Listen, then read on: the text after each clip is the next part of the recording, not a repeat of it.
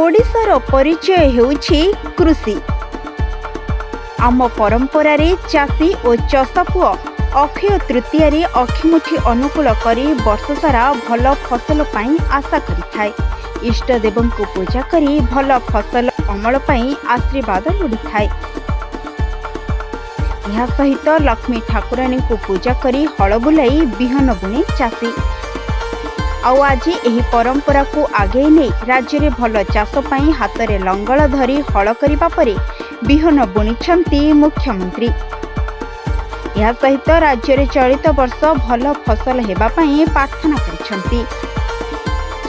आज सकाळु सकाळु पारंपरिक रीतिनीति रे चाष जमी रे पूजार्चना और होमयज्ञ परे अखिमुठी अनुकूल करथिले मुख्यमंत्री। कटकर केंद्रीय धान गवेषणा केंद्र कैंपस रे आयोजित राज्य स्तरीय कार्यक्रम रे मुख्यमंत्री अखिमुठी अनुकूल करथिले।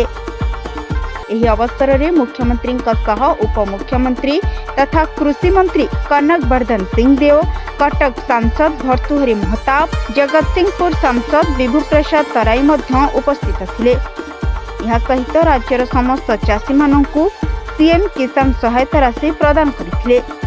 सीएम किसान सहायता रे 838 कोटी 48 लाख टंका 41 लाख 68 हजार चाषी को प्रदान करिसेंती मुख्यमंत्री।